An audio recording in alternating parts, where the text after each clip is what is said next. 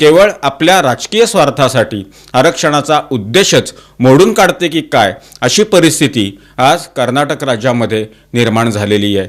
भारतीय जनता पक्षाचे प्रवक्ते शहजाद पूनावाला यांनी तर काँग्रेसवर जोरदार प्रहार केलेला आहे, टीका केलेली आहे।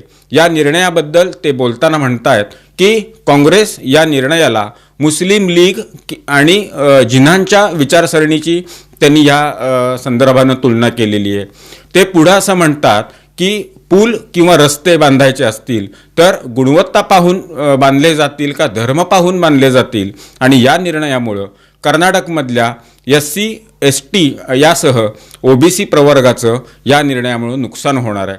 खासदार तेजस्वी सूर्या जे आहेत त्यांनी या संदर्भात प्रतिक्रिया देताना असं म्हटलं की काँग्रेसचा हा निर्णय धर्मांतरास प्रोत्साहन देणारा ठरणार आहे।